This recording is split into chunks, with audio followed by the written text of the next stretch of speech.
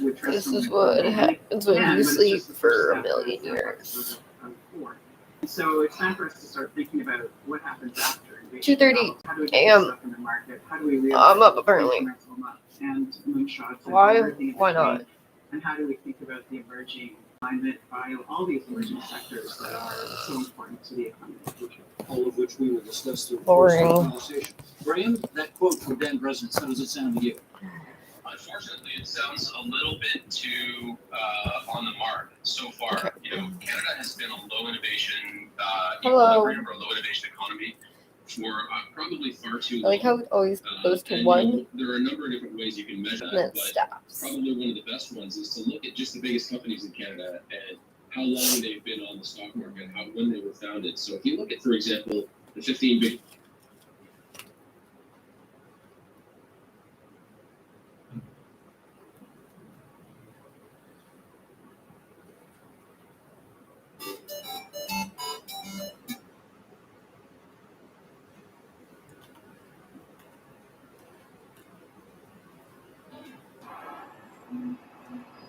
I am so tired.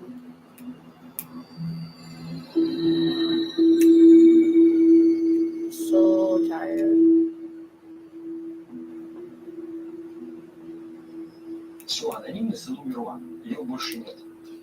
Если мы говорим об анонимности как о возможности сделать что-то анонимно в интернете, все, этого нет. Есть только определенный уровень. Да? Я, например, могу тебе в социальных сетях анонимно написать комментарий, и ты как физическое лицо не узнаешь об этом. Социальная сеть может узнать, где-то государство может узнать. Многие...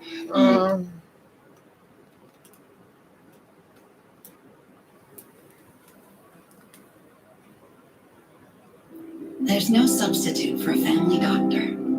They're skilled in understanding. Your family physician knows a lot. Talk about the fact that there wasn't probable cause.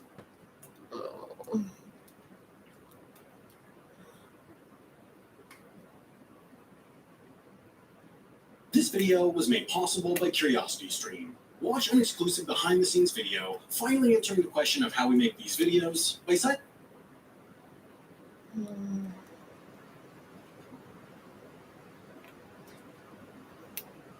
So we're in the market for any nice Windows laptops?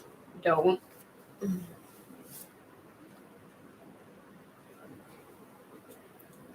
Hey everyone, I'm taking. They're located in Long Beach.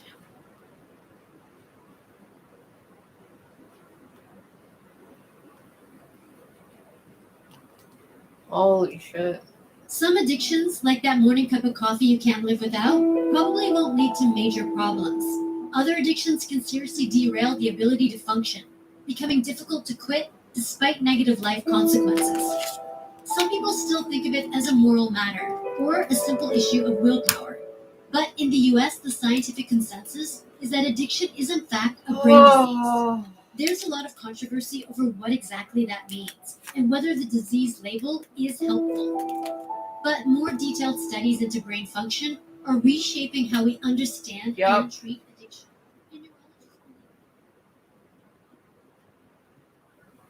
Gotta love updates.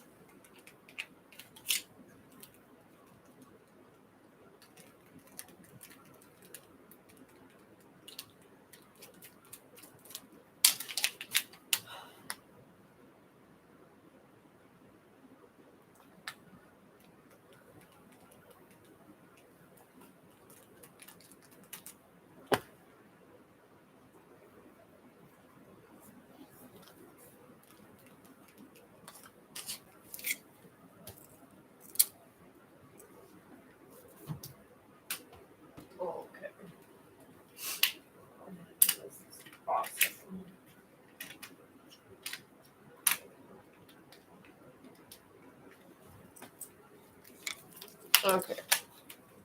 We're just not going to do anything, apparently.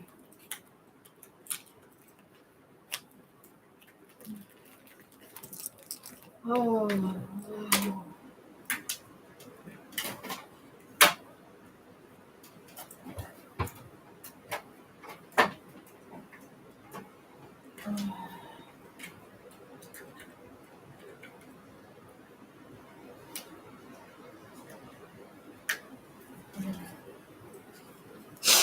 Oh, come up.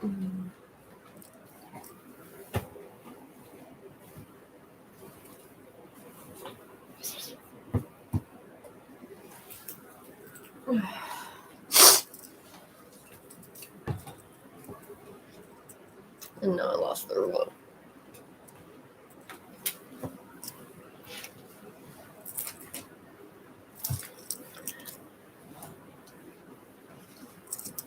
There you go.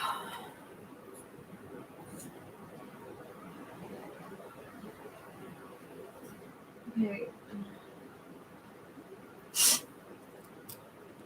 Yep, this is fucking great.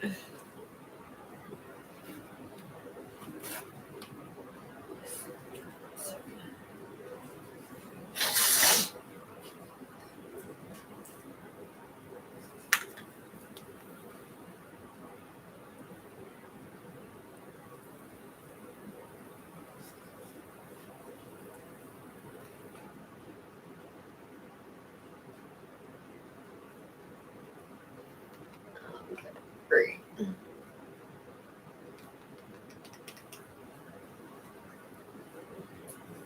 Oh.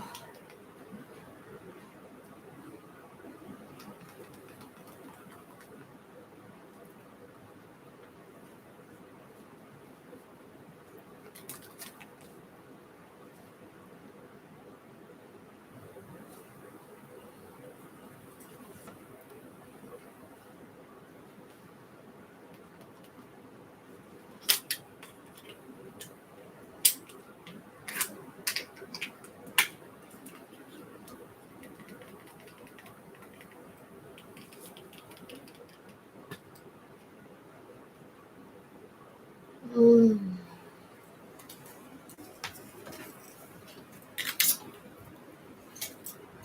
Okay. Mm.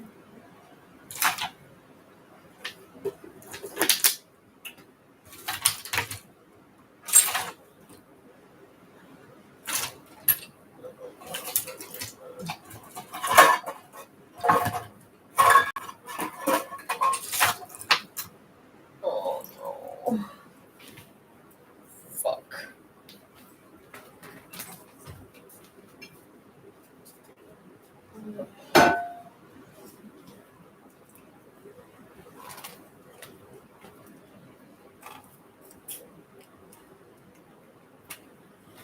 Mm.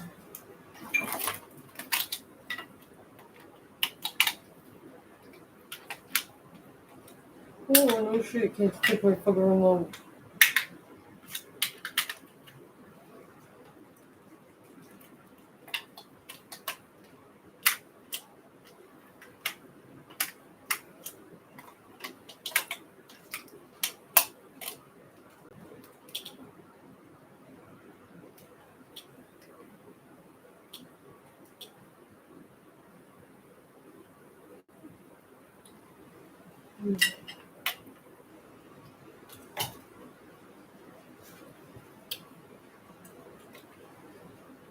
Yeah, it's me.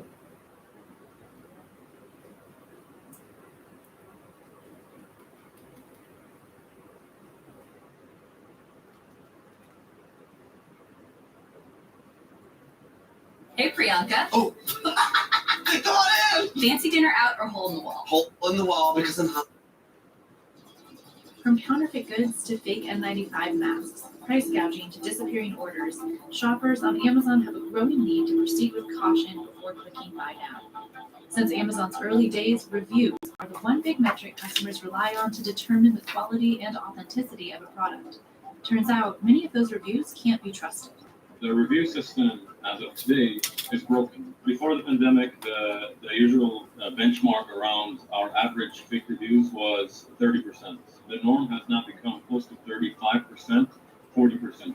In recent years, thousands of fake reviews have flooded Amazon and Walmart, eBay, and others, just as sales numbers have skyrocketed. And as shoppers stay home, online orders are up 57% since the same time last year, and the number of reviews is up 76%. There's an element where you simply want to trust those stars and you want to trust the numbers. Because if you can't trust that, how do you know what you're buying? From Facebook groups where bad actors solicit paid positive reviews to bots and click farms that upvote negative reviews to take out the competition, fake reviews have boosted sales of unsafe products, caused huge brands to sever ties with Amazon, and hurt business for legitimate sellers.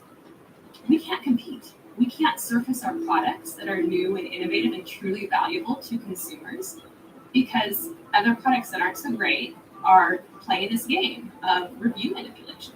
We decided to find out why fake reviews have infiltrated Amazon, how customers can spot an unreliable review, and what the trillion-dollar company and others are doing to stop them.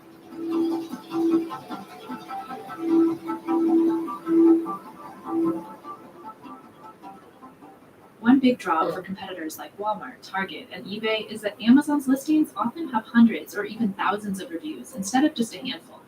It's so easy, no matter what site you're on, to simply say the most reviews with the most stars means the most level of happiness. It's just simply not the case. If those Amazon customers aren't really customers, or if they're an organization of paid individuals who just sit there, well, 5-star, 5-star, 5-star, that doesn't really tell you anything meaningful about the product. Review software company Bazaar Voice did a study of 10,000 consumers at the end of last year. 42% of consumers are saying that that fake reviews from the brand itself would cause them to lose trust. 82% of those consumers are saying that would cause them to never buy that brand again. The problem is, fake and real reviews are getting harder to tell apart. When you have no reason to think it's fake review, that's when the consumer is in the most danger. And as shoppers increasingly turn online for things they'd normally want to shop for in person, like the nursing bras made by Simple Wishes, there's a higher chance of serious repercussions from the purchase of a counterfeit or low-quality product. And if the product's Amazon page is filled with fake positive reviews, shoppers won't know to steer clear. We see reviews of people saying that their breast tissue was torn and irritated and bleeding because of irritating seams. And, we see things like this, or like this product broke or it tore after I wore it 3 times. You see those real reviews surface, and then all of a sudden they'll just be massive positive reviews. A high rating can also trigger the coveted Amazon's Choice badge, although Amazon did say it will delete the badge if a product isn't adhering to policy. Amazon prohibits any attempt to manipulate reviews and told CNBC it will suspend, ban, and take legal action against those who violate these policies. For any review, even the most genuine, it always is worth asking, why is someone writing that review? What is the incentive to write that review? Free products and payment are increasingly common incentives. Sellers solicit pay-for-play reviews through popular Twitter accounts and Facebook groups with thousands of members. So I joined some of these groups just to kind of poke around. And the first groups I joined, there were 5 different postings from our competitor asking for a review. I felt like I just struck gold finding my competitor there, reported it to Amazon, and nothing happened. UCLA and USC released a study in July that found more than 20 fake review-related Facebook groups with an average of 16,000 members. In more than 560 postings each day, sellers offered a refund or payment for a positive review, usually around $6. Amazon told CNBC it works with social media sites to report bad actors who are cultivating abusive reviews outside our store, and we've sued thousands of bad actors for attempting to abuse our review systems. The FTC requires reviewers to disclose any payment or connection to the product being reviewed. On some sites like Fiverr and Freelancer, users get around this by advertising marketing services, a thinly veiled reference to pay-for-play reviews. There's also the more direct approach, where sellers include a note inside a package asking for a review in exchange for a discount or other compensation. It's hard to keep on top of 5 million sellers and 600 million products. There's always a few bad seeds in the mix. And it's the bad seeds that get the attention. It's not that Amazon's sitting back doing nothing. It's that the scope of what we're dealing with is so vast.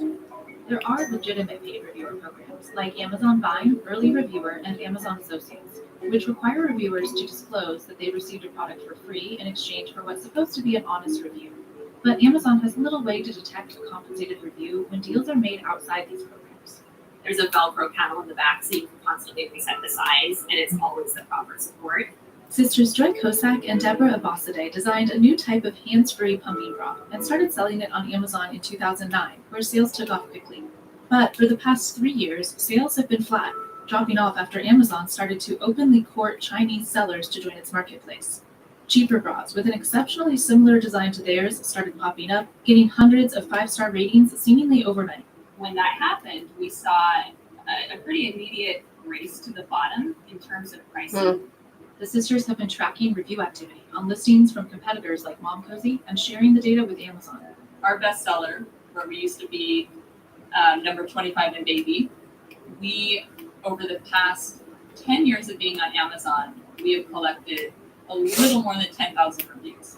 It took them a couple of months to increase by 4,000. Big brands like Nike and Birkenstock have been so burned by competitors selling knockoffs with thousands of 5-star reviews that they stopped selling on Amazon altogether.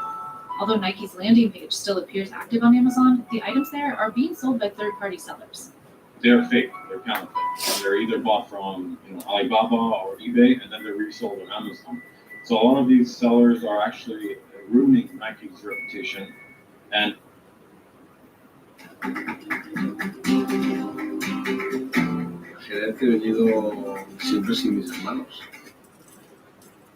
they're putting in all the reviews into the official listing for Nike.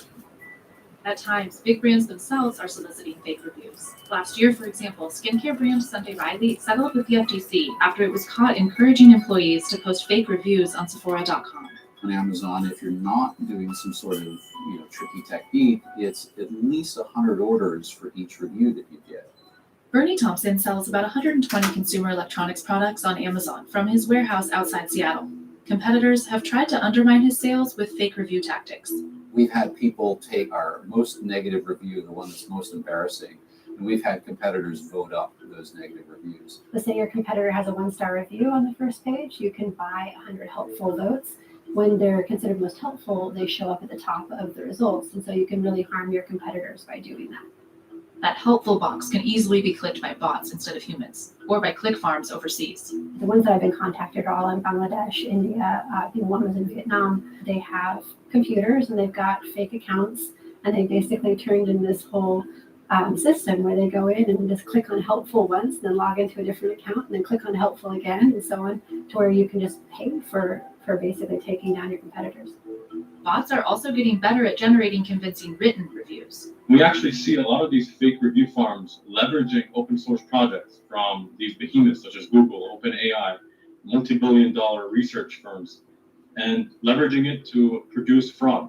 And by this case, we're producing human-like text that looks like really realistic.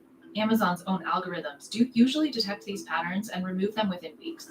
Amazon says, we're going to wait 30 days, and if we detect that there's enough fake reviews, we'll pull back those fake reviews. The problem is during that 30-day policing period, the product can generate a whole lot of sales that it didn't otherwise deserve.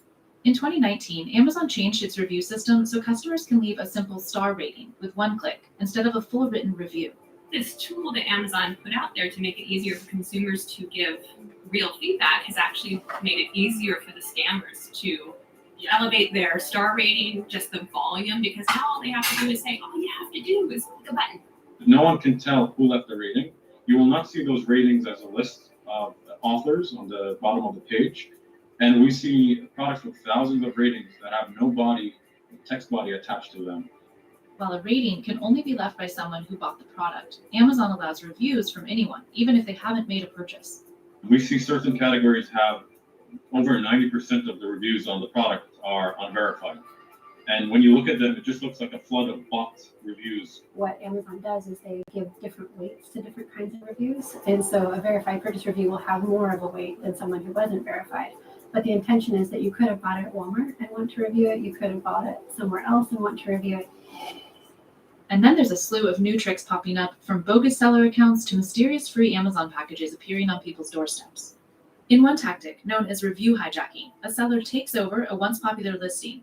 So you'd have these crazy situations where, our product was a USB hub, but we had to discontinue it. And somebody selling like women's eyelashes would take over that product, change the picture to women's eyelashes, change all the text. The reviews would show these 2,000 positive reviews, but if you read the reviews, they're not about eyelashes, they're about a USB hub.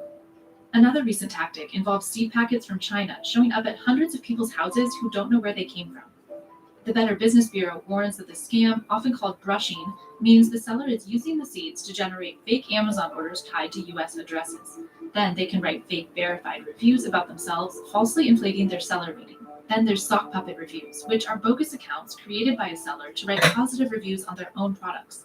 Sellers can also hack into a customer's Amazon account and post a positive review from there without the customer ever knowing. And they're all new products that are getting reviews at an amazing rate that's just it's not believable. With so many ways to create realistic fake reviews, some startups have developed ways to detect them. FakeSpot is one of these. FakeSpot launched a new Chrome plugin in May that has 250,000 downloads so far. It analyzes the credibility of a listing's reviews and gives it a grade from A to F. The FakeSpot Guard will actually catch these sellers dynamically as you're browsing Amazon, and we will offer you an alternative seller that is authentic and genuine, that we've seen before, that has high customer satisfaction. Other online tools that customers can use to check the credibility of Amazon reviews include Recon Bob, Review Meta, the Review Index, and Review Skeptic. Shoppers willing to spend time to vet their purchases can manually spot fake reviews too. The number one way consumers tell us they identify a fake review are multiple reviews with the same language in them. So they're basically looking for patterns in the reviews. The second most important way is reviews that are not actually about the product. The third is poor grammar and misspellings. And the fourth, and I actually think this is one of the more important ones, is overwhelming number of 5-star positive reviews. If a product only has 2 or 3 reviews that it's gathered over a long period of time, and those 2 or 3 reviews look pretty good, consumers actually need to give kind of more trust to a product like that. Clearly, that brand and that manufacturer, they're not gaming anything. If you do spot a fake review, Amazon encourages customers to use the report button next to each review. But whether Amazon will take any action after fake reviews are reported is a different question. We go down these rabbit holes that take a lot of time to look for this information, and then we share it with Amazon and nothing happens, and it's just exhausting. After CNBC brought Simple Wishes complaints to Amazon, months after it was first informed of the illegitimate reviews, Amazon said we've taken appropriate action on these accounts. Amazon told CNBC it uses powerful machine learning tools and skilled investigators to analyze over 10 million review submissions weekly, aiming to stop abusive reviews before they're ever published. Getting Amazon to actually do investigations, quite frankly, they don't have enough investigators to do all the possible investigations. I mean, when I was at Amazon, there was a time when Amazon had about 20 investigators for the whole United States. There was over 1 million sellers on Amazon at the time, and there were 20 investigators. In an unprecedented move, Amazon hosted a virtual conference earlier this month to give tips and listen to concerns from its third-party sellers, who make up 58% of Amazon's e-commerce business. When it comes to outside regulation, fake reviews are prohibited by the FTC, but it's a complex issue. Where you can leave a review and you receive some kind of compensation, you need to put in a disclaimer, and that's consumer law. That's been around for a while. But there are different ways that this is now being gamed. There is no law attached to ratings where you can leave them without text. Target and Walmart, they are held to a higher standard.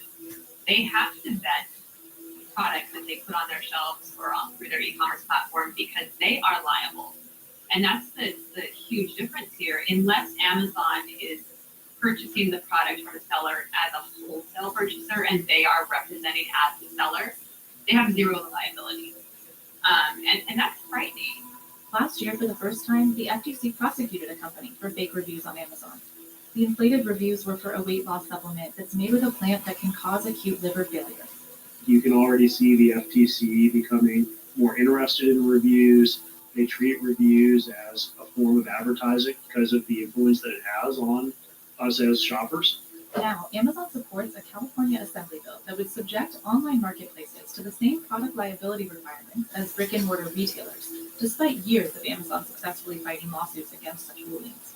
If passed, it could incentivize Amazon and others to better police fake reviews. Amazon owns the keys to that data, and they can do it. I know they can. As Amazon continues to help people stay safely at home, the need for shoppers to trust the reviews and order with confidence has never been higher. It's really almost a societal level issue of, can Amazon kind of keep control of its systems and live up to the dependency that we have on them? And I think that, honestly, they've been growing so fast that they've been struggling with it. on one hand, Amazon is getting better about policing. On the other hand, it's a cat and mouse game that probably will never end.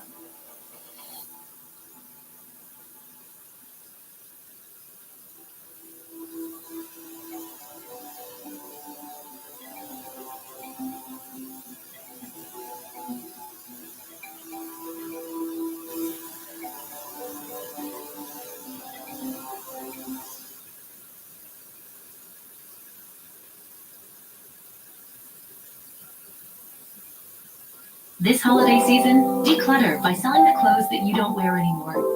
Download Vinted. Before Prime launched in 2005, one-day shipping was an exorbitant luxury. Now it's the standard shipping speed for Amazon's 100 million Prime members. Earlier this year, Amazon doubled the speed of Prime shipping from 2 days to 1, and the faster speed is now available on more than 10 million products. Prime One Day is basically going to A, keep up with the brick and mortar guys, and B, enhance Prime. Amazon has changed the game completely. So what they excel at is getting an object from a creator to a consumer as flawlessly as they can and as quickly as they can. So Amazon is changing people's expectations, and they're perpetually improving those expectations. But behind every Amazon box, there are lots of people hustling and a lot of money spent to get it to you in just one day. Here's what happens when you buy a Prime eligible item on Amazon.com.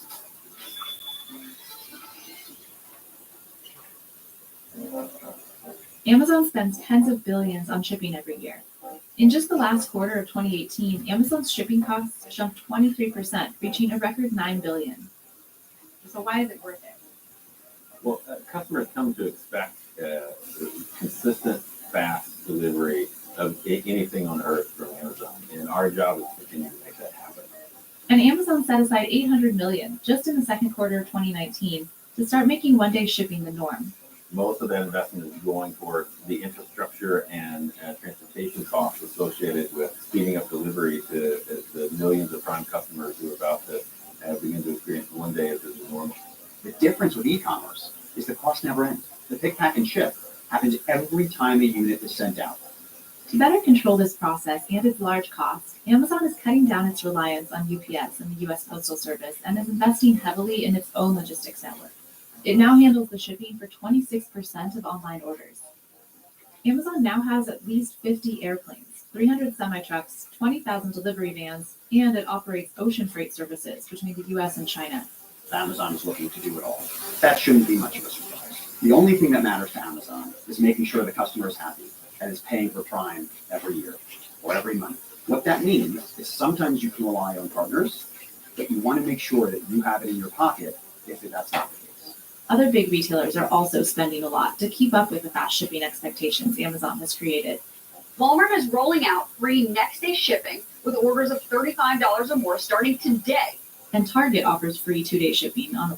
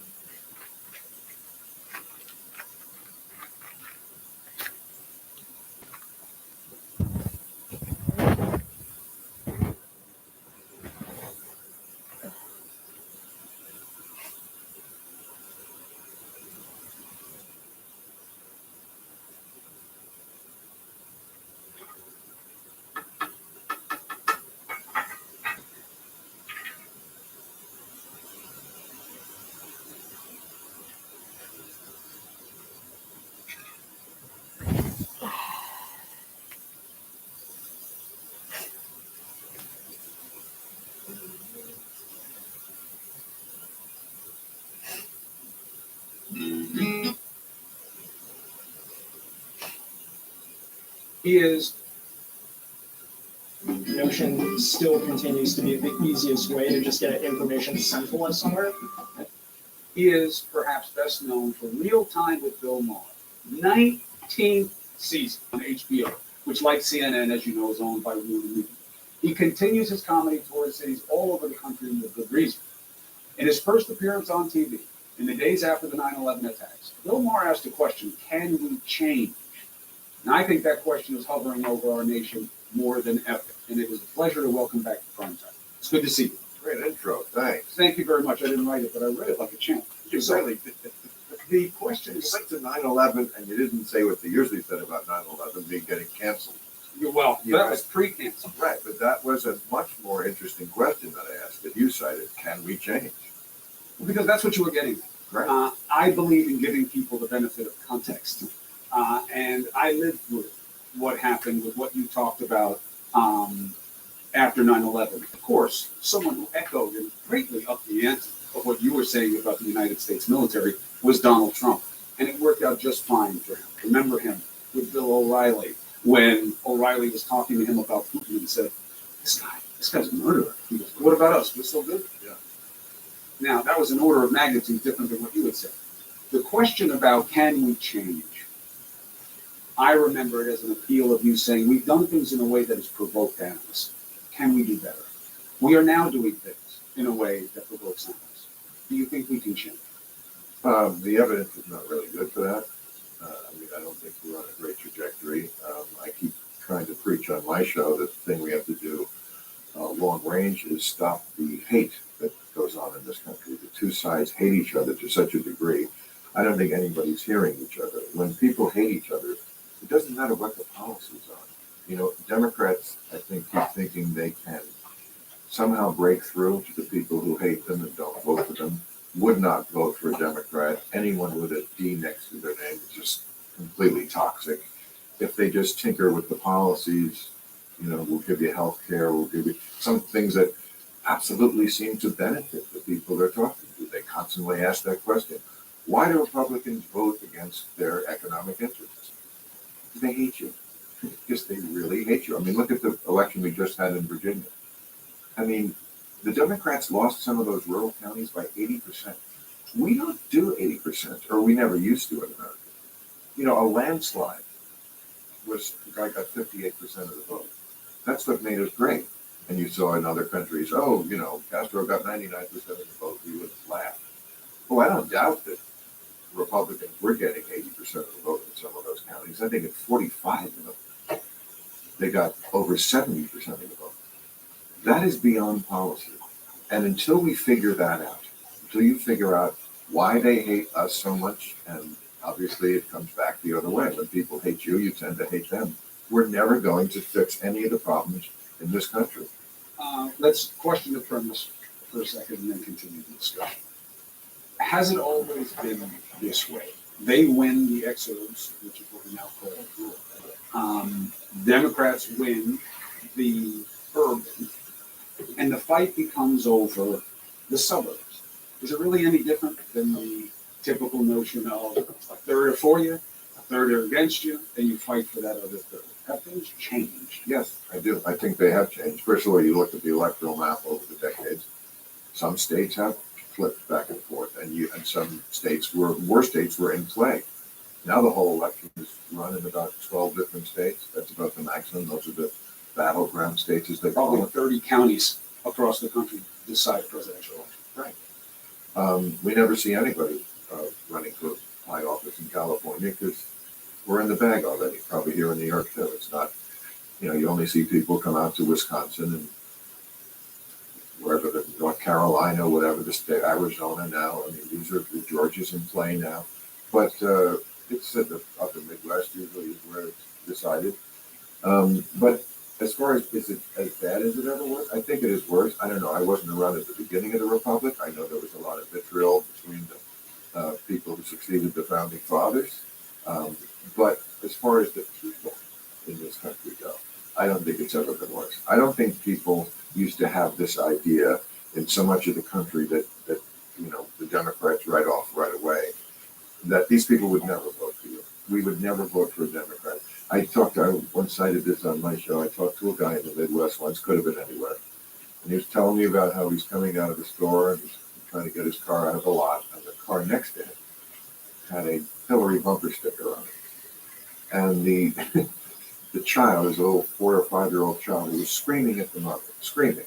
And the mother was apologizing to the child. And this is the car with the Hillary bumper sticker. And he said to me, I just can't let people like that take over this country. You see, it wasn't about policy. It was about that. He sees people who have no common sense, who are letting in different, each side sees the other side as an existential threat. Now, I think the Republicans are doing is an existential threat. I mean, they are playing with a kind of fire we have never seen anyone play before in this country, talking about elections that don't matter, votes that don't count, whatever happens, we can just say we won.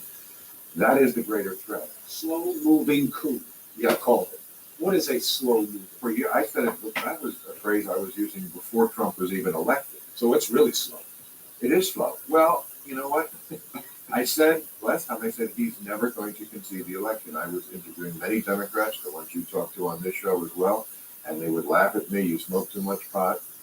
I would say, no, I smoke just the right amount of pot, and we'll see who's right. And it turned out he still hasn't conceded the election. So it took a little longer. What he hoped was that Republicans would be on his side. He was hoping that people like that guy in Georgia, Brad Ratzenberger, who he called up and said, I hope you can find me some more votes. Can you imagine that? I mean, that alone. How is that not a crime? And Mr. Ratzenberger and some other Republicans with integrity around the country who work on elections said, no, we can't do that. This is America. We don't find votes. But what he is doing now is behind the scenes. He has spent all his time since he lost putting people in place who will find the votes.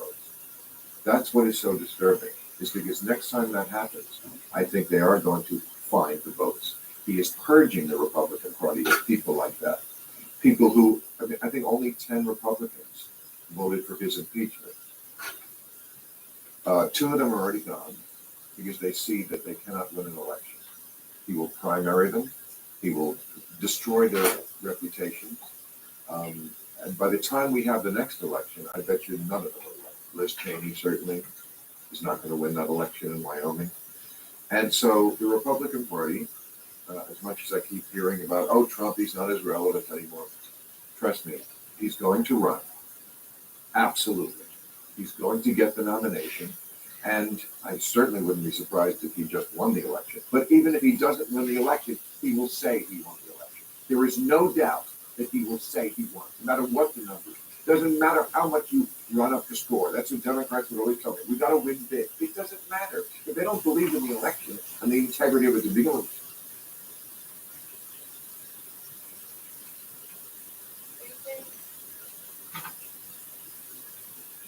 The Toronto District School Board is granting temporary exemptions for 290 unvaccinated staff members. They were supposed to be put on administrative leave without pay as of today, but that isn't happening. When I read it, I was just like, how did TDSB not plan for this ahead of time, right? Like, they probably would have known a percentage would not be vaccinated. This Toronto mom has 2 children who attend TDSB Elementary School. She has a lot of concerns about the vaccine exemptions in schools. If your teacher's not vaccinated, are they going to tell the parents, right? And then do the parents get to choose like whether they want to stay or withdraw? The TDSB says 290 unvaccinated staff members may sound like a lot, but it equals to 0.7% of approximately 41,600 TDSB staff members. In total, there are 620 unvaccinated workers, and as of today, 330 have been put on administrative leave without pay. We were looking at these specific positions and realized that they are providing a very important role when it comes to the health, safety, and well-being of students. So, for example, we have special needs assistants that are helping students with special education needs. We have lunchroom supervisors that are supervising students over the lunch hour at our elementary schools. We have caretakers that, in addition to their normal duties, are also doing enhanced cleaning of schools. The board's vaccine policy, which came into effect today, states staff who have disclosed they are not vaccinated will be placed on non-disciplinary administrative leave without pay. As part of this plan, the board is relying on occasional or casual staff to fill in for unvaccinated workers. School boards right across Ontario are finding that while their casual and occasional rosters have enough people on them, it's the fact that they're not accepting those jobs all the time. Board says those who are unvaccinated will be required to go through additional steps. During this time, these staff members will have to undergo the rapid antigen testing 3 times a week. And that's in line with the Ministry of Education requirements for all school boards across Ontario. This concerned parent is still on edge, wishing the TDSB was a little more prepared for this day. If there are people in the school that are not vaccinated, that really bothers me. Because our kids are there and they're supposed to be in this environment that's called protected. As for how long these temporary God. exemptions will be granted,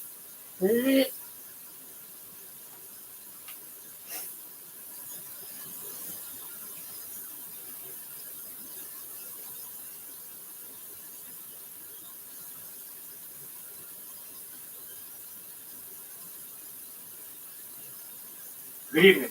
3 days ago, the FDA made an almost unbelievable request to a federal judge. And in that request, which I have right here, they asked whether they can take 55 full years to release all of the documents pertaining to the approval of the Pfizer vaccine. Meaning that if this request is actually granted, we'll have to wait until the year 2076 to see all of the documents.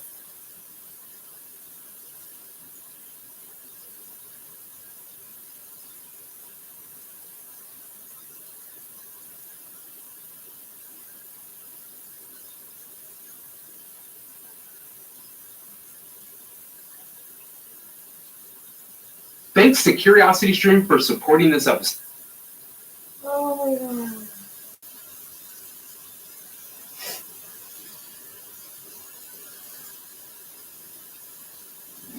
Good evening, I'm Adrian Arsenault. Andrew is away tonight. A new warning for battered British Columbians. Brace yourselves.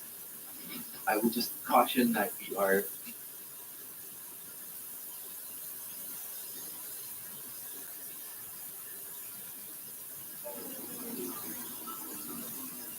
X5 vote? What's wrong? Batteries depleted. Reduce.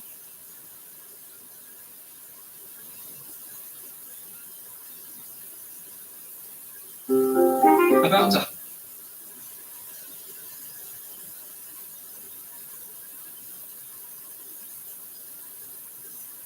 When we hear the word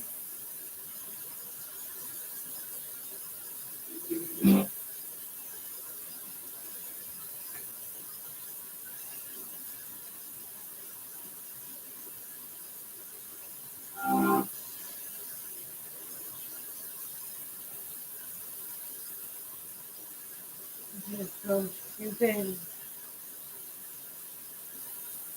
Oh, wow.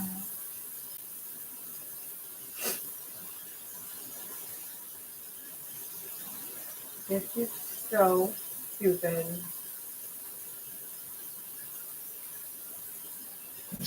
The experts will tell you cybersecurity means protecting cyber things. But at Perimeter 80, What would you like to see included in the speech from the throne?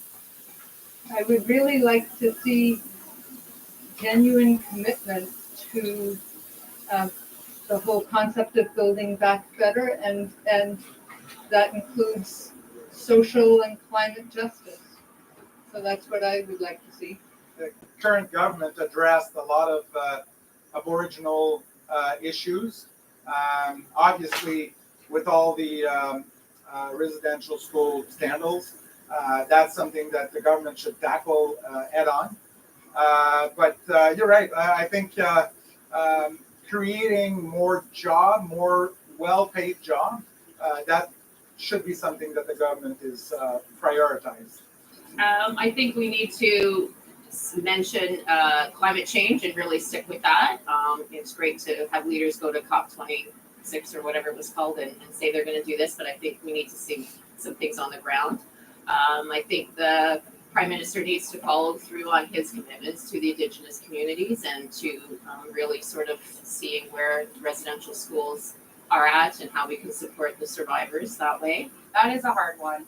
Well, I think just like overall the affordability crisis that we're all experiencing, if you look at like the statistics that show you how much you need to make to live in the cities, the big cities around here, it's astronomical. Like people can't afford anything anymore, and we need to change that. I think we need a government that's gonna, actually help the people.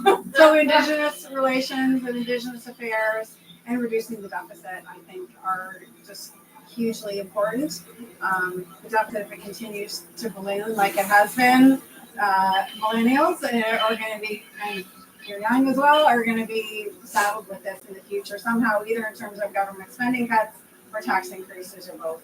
I'd like to hear about the reconciliation. That's important to Canada. And that's about it, really. Wow. Why does reconciliation is important for Canada? What would you say that? Well, there's a lot of strife in the history of Canada, Yeah, and I think it has to be addressed. yeah, I think the president's government is going in the right direction. And once that is addressed, then we can start the healing process and we can live together as a united country. I'd like to see infrastructure spending. I think that we're seeing a huge infrastructure spend in the US that's coming over the next decade, and I think Canada needs to keep up with that. I think interest rates are low right now, so it's the time to borrow and spend. And I think that just looking around the world, you lose a competitive situation if you don't keep up with the Chinese, the Japanese, and the Europeans. So that's the top of my thinking. And we've got Indigenous reconciliation to deal with. And I think whether that's truly a government thing or it's a people thing, I kind of split on that. Going in the right direction on climate change, and I'm not convinced that the carbon tax is the way to go. Better relations with our neighbors, being more forceful instead of wishy-washy on everything. Kind of. So it took too long for the vaccine card, the national vaccine card, to come into play. That could have been done a long time ago. Or our prime minister wanted to have an election, it seemed like, and he couldn't do it until after. Nothing. It's all going to be blah blah blah. Now, granted, I like Trudeau. I don't like the others. I like but you. It's all blah blah blah. Nothing is going to get done. Well, definitely tackling inflation a little bit, and continuing with, like, it's nice to see the green initiatives coming out where they're giving subsidies for heat pumps and solar energy and stuff. So that's nice. Yeah, maybe a little less focused on the pandemic and a little more focus on other things, other areas of our health. To help ordinary Canadians that work hard to keep the country going. The social aspects, and education, and help medically, and all those good things.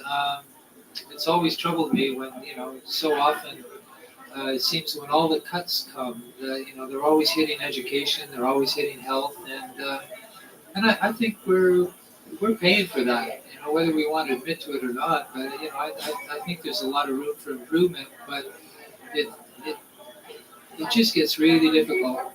I think climate change has to be top of the agenda. That, as far as I'm concerned, the pandemic may be coming to an end, but climate change is a huge threat for the next 20 years.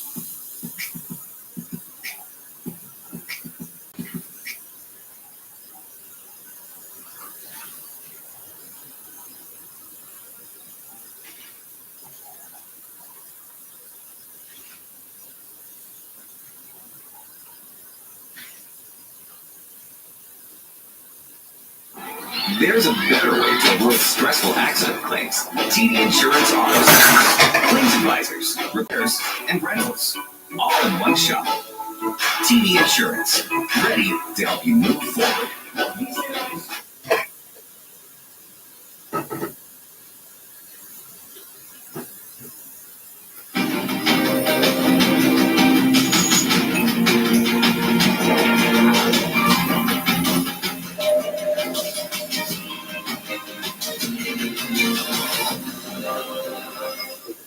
Hello, I'm Peter Van Dusen, and this is Primetime Politics on CPAC. We are back for another season. The 34th Parliament opened today.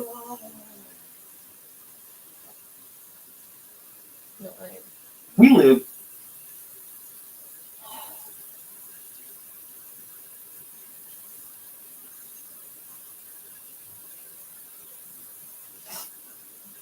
It has been 10 days since the COP26 climate summit concluded.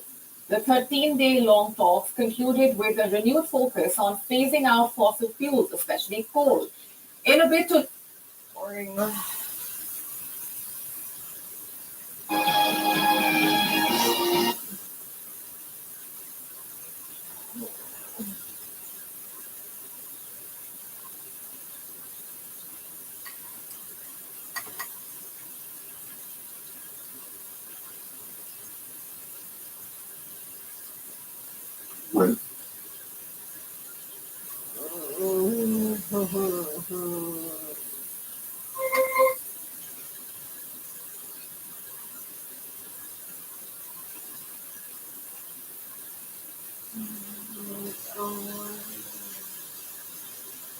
Hi everyone, Pete Sardis here.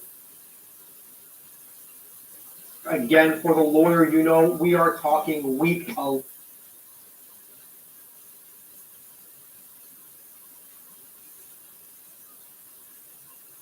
Whenever I need to look.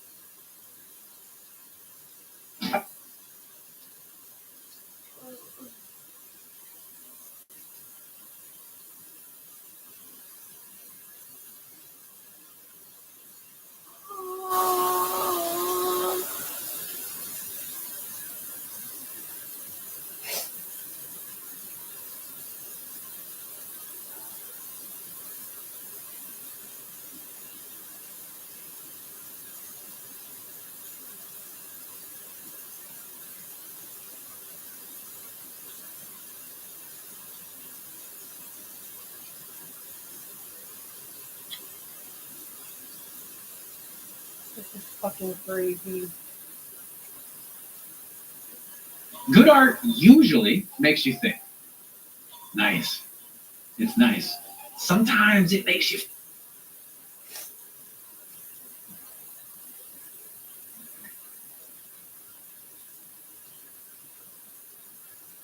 You will.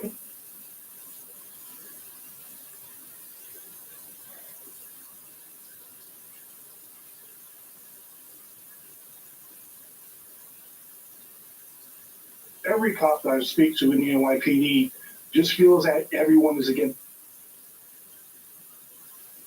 rights record, and they've continually campaigned against such appearances and tried to persuade celebrities to pull out of shows. The past 2 years have seen a host of big names perform at events there, including Mariah Carey, Enrique Iglesias.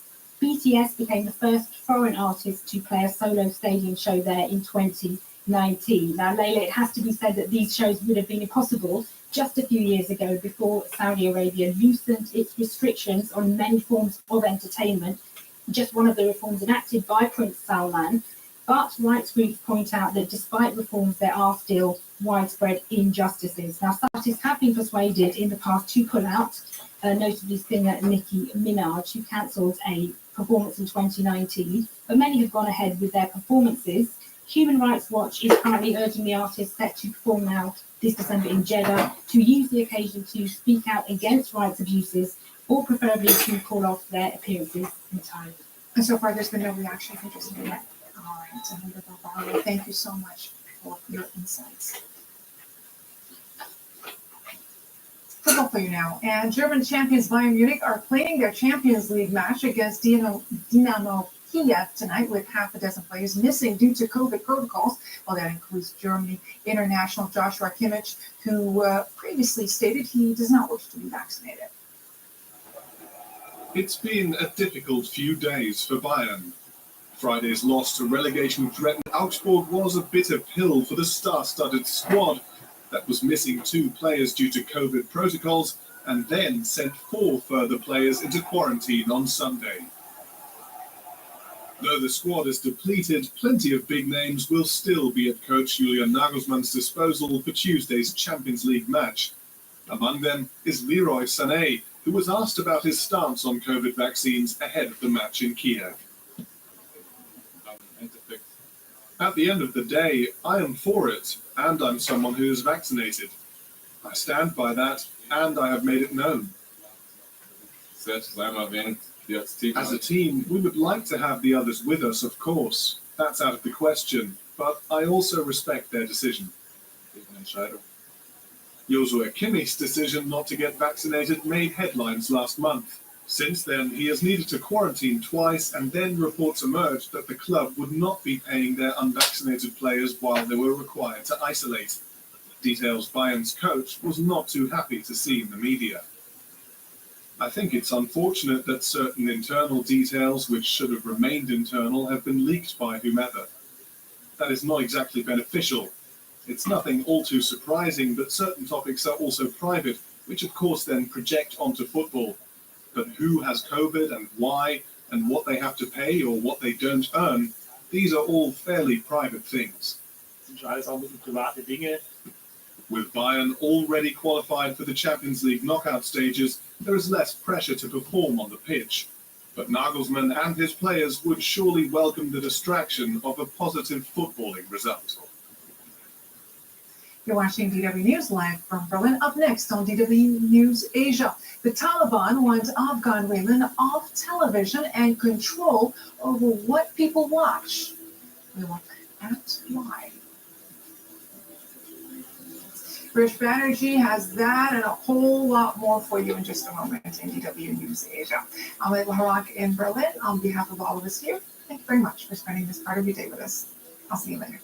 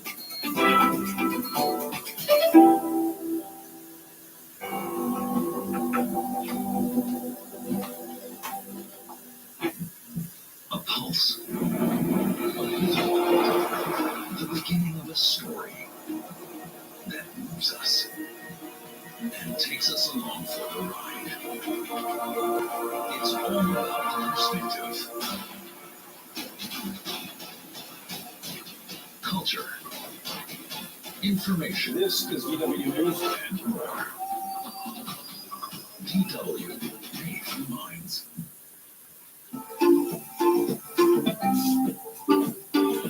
Hey there, I'm David, and this is Climate Change Brexit 6. Happiness in 3 books. This is the book for you. You'll get smarter for free. DW Books. Our tips for November. Dress warmly. And get ready. Show respect. In our documentaries, women are showing their strength by cleaning up cliches, myths, and grievances. You do say a lonely fight, but it's a fight we really need to do. Smart, powerful, adventurous. They say that men are 12 times stronger than women, but here, women are stronger. Oh.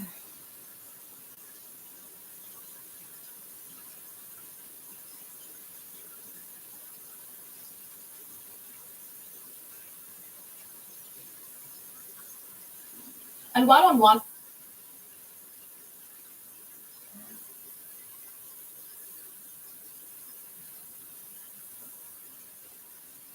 We love it when neighbors pop in.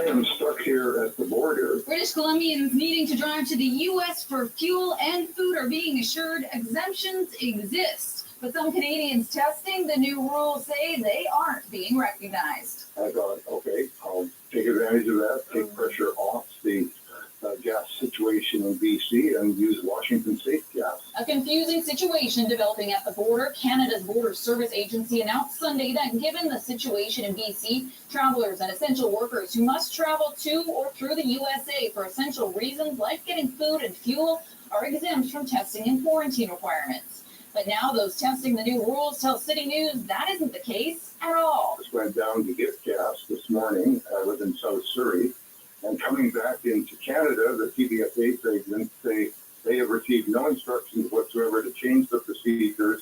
And I am facing a $5,700 fine plus 2 weeks quarantine because I listened to Bill Blair. Government led us to believe this was fine, and we come down and it's not. Susan, who lives in South Surrey, also says she's stuck, adding she's extremely frustrated with the whole situation. Most of the COVID testing places in Blaine, Bellingham area are stretched right now because there's too many people that are caught in the same position that we're in. We got lots of gas. The whole British Columbians can come in. The manager of 3 Blaine, Washington gas stations says things have gotten noticeably busier in the last couple of days, with people from BC coming to fill up. The guy I talked today, it was a customer, he said, well, he had no problem crossing and there was no questions asked coming in the United States, but going back, I don't know. We are getting word the CBSA has set up a preliminary checkpoint to get clarity about why people are planning to go into the U.S. before they hit the actual border.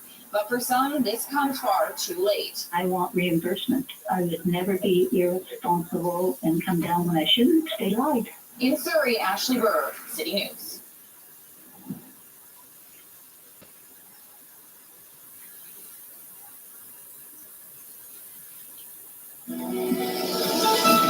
After missing out on qualification for the last edition, Netherlands have booked their ticket to the 2022 FIFA World Cup. The Dutch scored 2 late goals to beat Norway 2-0 to finish top of the European qualifying Group G, ahead of Turkey. In South America, Argentina also sealed their qualification after a goalless draw against Brazil in San Juan. Garbiñe Muguruza has become the first Spanish player to advance to the singles championship match at the WTA Tour Finals since 1993.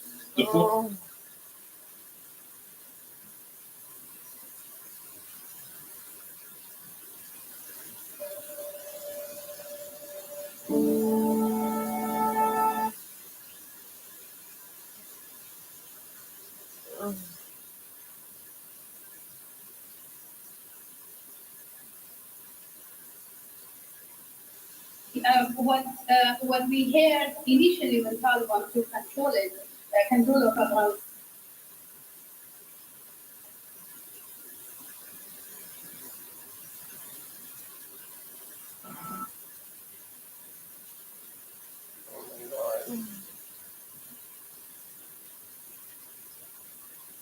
I strongly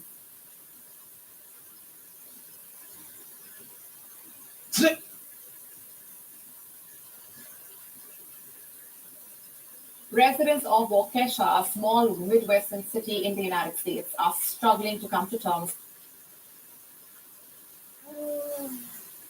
Right, one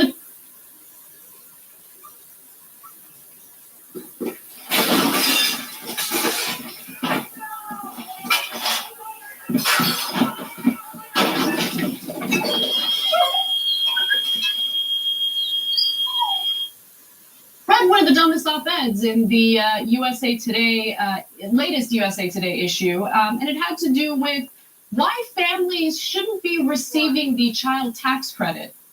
Now, there are few tax deductions that ordinary Americans get to take advantage of. One of them has been the child deduction, right? So you have kids, it's really expensive to have kids in the United States, a country that doesn't provide any support. Childcare is astronomical. It makes life very difficult for parents. So you get this measly tax deduction for having kids. just to make it a little less unbearable financially. And Nick Adolphson in USA Today writes about Biden's child tax credit, which passed in his coronavirus relief bill. And he thinks it's a bad idea. I mean, he's got a bunch of kids. He's been taking advantage of it, but he thinks it's very naughty and very wrong. Okay, why? And by the way, let me just remind you all that the only thing Biden did with his policy is he made it so the money is direct deposited into families' bank accounts several times a year, so they have access to that money in an easier way so they can pay for the unbearable experience of having children in this country that provides no support. That's all he did. And by the way, it's supposed to lift 50% of children out of poverty, not 100%, just 50%. But that's a little too extreme for this op-ed writer. Now, let me tell you what he wrote. We're receiving the new child tax credit created by President Joe Biden and congressional Democrats in March, which they're now trying to extend through at least next year in their multi-trillion-dollar spending bill. But it would be better for us and America if these checks stopped. Oh, would it? Would it be better for us in America if these checks stopped? Let me give you his ridiculous argument. It's true parenting's a slog. We have 4 kids, ages 7, 5, 3, and 6 months. And every day is somehow crazier than the last. But does that really mean that Americans need Washington to pay us up to $3,600 for each kid up to age 6 and $3,000 per kid ages 6 through 17? As nice as that sounds, the child tax credit is riddled with problems. And I'll give you the incredibly shallow, ridiculous problems that he mentions in just a moment. But let me just remind you all, this isn't an op-ed in regard to Trump's tax cuts for the rich, which will cost this country $2 trillion over 10 years, 1 decade. Okay, he's not writing about that. He's not worried about that. He's worried about helping American families who have children in a country that doesn't have childcare provided for, that doesn't have paid family leave provided for. Oh yeah, you better go after those parents. You know, those parents ripping off the government, having kids, and getting tax breaks because of it. I mean, this is the kind of garbage that dominates the narrative in our corporate media. 100%. That's exactly where I was going with it. No, if you're wondering why all of a sudden all of corporate media is at once attacking anything that might help you guys, including Build Back Better, which is passed the House but not passed the Senate, that they're giving a giant assist to Manchin and Cinema and trying to kill it. And they've attacked it in 1,000 different ways. This particular attack against the child tax credit, which is intensely popular, is designed because business interests think it's making people comfortable, and a lot of them are withdrawn from the workforce because we pay them so little that even when you give them something like $800, they think I can survive on that even with my kids because my job is so terrible and pays me so little, I might not go back. And so the business interests are in a panic. Yep. They're like, this might drive up wages. We might actually have to pay a living wage to our employees and not treat them as cattle. This is outrageous. Have every corrupt person in corporate media go and tell people they should not get what they want. They all want this. It's enormously popular. Do not give it to them. Lie to everybody. Corporate media do propaganda all at once. Say, oh, you don't want that child tax credit. You want to give it back. I mean, the poor wealthy, what are they ever going to do? By the way, the child tax credit is capped, so the wealthy cannot get it. So if you make over $400,000 as a couple, you cannot get the child tax credit. So this doesn't help the wealthy at all. Right. So it caught extra feelings over it. Well, that's fascinating, Cenk, because if you read this op-ed by Nick Adolphson, who, by the way, is a state government affairs director at the Foundation for Government Accountability, you would think that this is going to extremely wealthy people, right? He says the following. The families of nearly 60 million children are getting these monthly checks, including families with good paying jobs. Families like mine will quickly come to demand taxpayer-funded checks. Worse, will come to depend on the money. Okay, so what you said, Cenk, is so accurate. Because in order for these corporations to thrive the way that they had been thriving, they had to make workers so desperate that they had no choice but to be exploited the way they were being exploited by their employers. And now, all of a sudden, there's one tiny little policy that benefits working American families to the point where maybe they're not as desperate. And these companies are like, we can't have it. No, they're going to come to expect government money. We can't have it. But when it comes to corporate welfare, never a word about that, right? Because it creates jobs, except it doesn't. Time after time. I mean, we showed you in extensive reporting that was also done by TYT Investigates. The second the Trump tax cuts passed, you know what happened? Companies laid a bunch of people off, did not create more jobs. Complete and utter lie.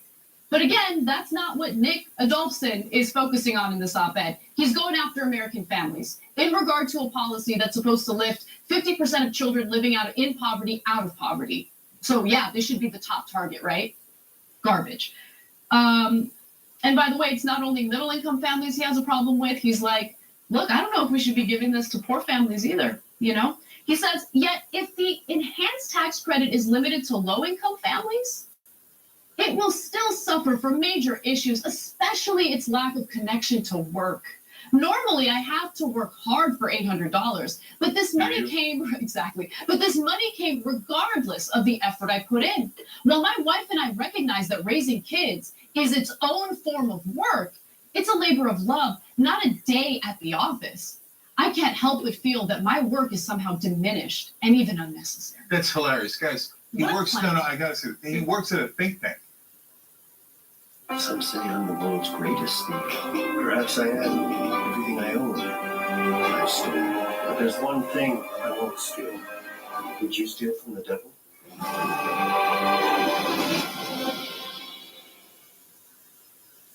So the point of the think tanks is, especially the right-wing ones once funded by the Chamber of Commerce and other business interests, is to do propaganda. So here he is, USA Today lets him do propaganda as this op-ed. And he says, now, normally my work is rewarded. Well, that's because your work is to lie to people. Okay, and that's what you're doing in this article. And he's like, normally I have to work hard. I got to roll up my sleeves. I got to come up with some BS excuse why you shouldn't get the money. That's what they pay him for. His hard work is to lie to you. And it's amazing. And he thinks, well, I'm owed that. Because I trick you guys so I get the money and you don't. That's really hard work. That's super hard work. That's what I get paid for. And now they're just giving it out. It's outrageous. Look, guys, there's this guy who gets paid to do propaganda. That is very literal, okay? Saying that you feel entitled, hilarious and ironic. Secondly, as Anna pointed out, the biggest corporations in America, and all across the world, by the way, got trillions of dollars at the beginning of COVID. Trillions. Yep, trillions. But Adolphson wasn't out there going, I can't believe the company's going to hate us. They'll never work for a living. It's going to rob the companies of their desperate employees. Yeah, well, that's what it's going to actually do. Yeah. He's like, but how could anybody ever work if they got money for free like I do? Wait, what? Okay, or like my corporate donors do. Wait, what? So he doesn't make that argument. By the way, this is part of a campaign, not just the child tax credit.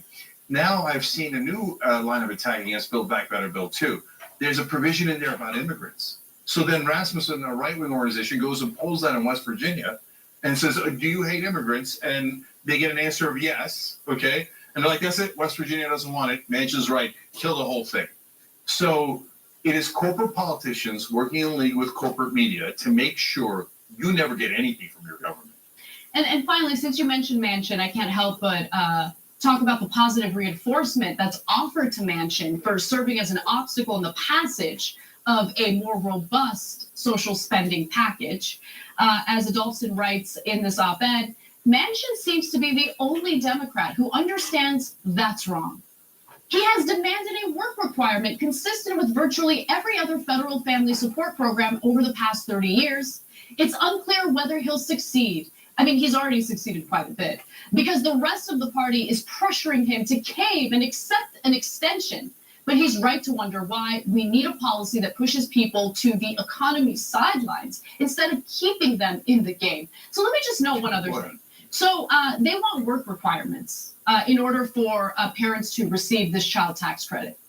So they're totally fine. Like, they're just saying it out loud. Like, let me just help you guys read in between the lines here. Children should starve and suffer because we're mad that their parents don't have a job yet. That's what that is. That's exactly what that. There needs to be work requirements. We're talking about children in a country that provides zero support for parents who have kids. So, guys, personal responsibility is a punchline that they use for corporate interests. Why? It doesn't have to be. Personal responsibility is a good thing, right? But they take trillions of dollars. The parent companies do. Funny twist of words there, turn of words there. But the parent company takes trillions of dollars from the government and then says the minute you get anything, oh, they're bums. They're not working. Drive them back to work and at very low wages. Very, very, do not raise the minimum wage. Okay? We drive them back to work. And then if they don't work for us at low wages, not market wages, artificially depress the wages through government action, and then say, well, look, it's because of personal responsibility. It's not that I'm trying to make a buck off of you. It's that I need you to be more responsible. So the companies that got trillions of dollars don't have to be responsible, and they're not bums, and they don't get lazy when they get free money. But if you don't work for subhuman wages, then you're a bum who's not taking personal responsibility. Hey, Nick, get out there and call them all bums. That's what we pay you for, Nick. Get out there and do your goddamn job, which is a lie to the American people, and make sure you steal their money and take it for us. So all these corporate think tanks are they're literally marketing for the great American robbery where corporations take trillions of dollars and make sure that we don't increase your wages at all. And you see CNN and MSNBC anchors, forget Fox News, CNN and MSNBC anchors all complaining on air. Oh, the higher wages are driving up inflation. And inflation is a big problem. We can't have higher wages. Make sure that not only they drive them back to work, but they have the lowest wages possible. Personal responsibility, my ass. They never take responsibility for that. This is all a trick so that they can make more money off of you. Thanks for watching The Young Turks. Really appreciate it. Another way to show support is through YouTube memberships. You'll get to interact with us more. There's live chat, emojis, badges. You've got emojis of me, Anna, John, JR. So those are super fun. But you also get playback of our exclusive member-only shows and specials right after they air. So all of that, all you got to do is click that join button right underneath the video. Thank you. This holiday season, sell on Vinted and give your clothes a second life. Download Vinted.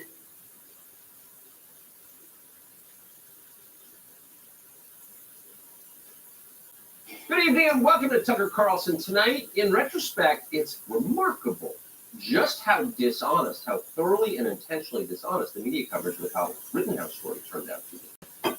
All of it was a lie. Rittenhouse was not a white supremacist. He was never in a militia. He never crossed state lines with a firearm. The protest in Kenosha was not peaceful. It was a riot, chaotic and violent. Many of the rioters, by the way, carried guns. Rittenhouse was hardly alone. Rittenhouse didn't go to Kenosha looking for trouble. His father lived there. Rittenhouse himself worked as a lifeguard in Kenosha. On August 25th of last summer, Rittenhouse went downtown to stand guard over a car lot. Here's the context. The night before, police in Kenosha had done nothing as the mob burned businesses, including another car lot, all the way to the ground. So the business owner needed Kyle Rittenhouse's help. He was looking to a 17-year-old for help, if that gives you some perspective on how bad things were. And he asked for it. As Rittenhouse stood there, rioters threatened his life. Then they attempted to kill him. In the end, Rittenhouse shot 3 attackers as he tried to run to the safety of the police. A number of media outlets claimed the men Rittenhouse shot were black. In fact, all 3 were white, and all 3 had serious criminal records. We could go on. Again, the media coverage was, from beginning to end, a tapestry of lies. If you watched the trial last week, you know that. But what about Kyle Rittenhouse himself? What is he like? Apart from his testimony in court, few Americans have ever heard his voice. Over the next hour, we're going to let Kyle Rittenhouse speak for himself. You can make up your own mind what you think. But before we start, one observation, which you can't resist making. It's hard to ignore the yawning class divide between Kyle Rittenhouse and his many critics in the media. Rittenhouse comes from the least privileged sector of our society. During high school, he worked as a janitor and a fry cook to help support his family. Last year, he got into college at Arizona State, and he's very proud of it. In the world Kyle Rittenhouse grew up in, it is not a given that kids go to college. It's not even close. During the course of our long conversation, Kyle Rittenhouse struck us as bright, decent, sincere, dutiful, and hardworking. exactly the kind of person you want many more of in your country. He's not especially political, never wanted to be the symbol of anything. Kyle Rittenhouse just wanted to keep violent lunatics from setting fire to cars. In the America he grew up in, that was considered virtuous. So if Rittenhouse seems a little bewildered at points during our interview, thinking back over the last year and what happened to him, that's probably why. A lot of the things he assumed were true about this country turned out not to be true at all. So in that way, he speaks for many of us. Here's Kyle Rittenhouse. So tell me, Kyle, how you wound up in Kenosha that day.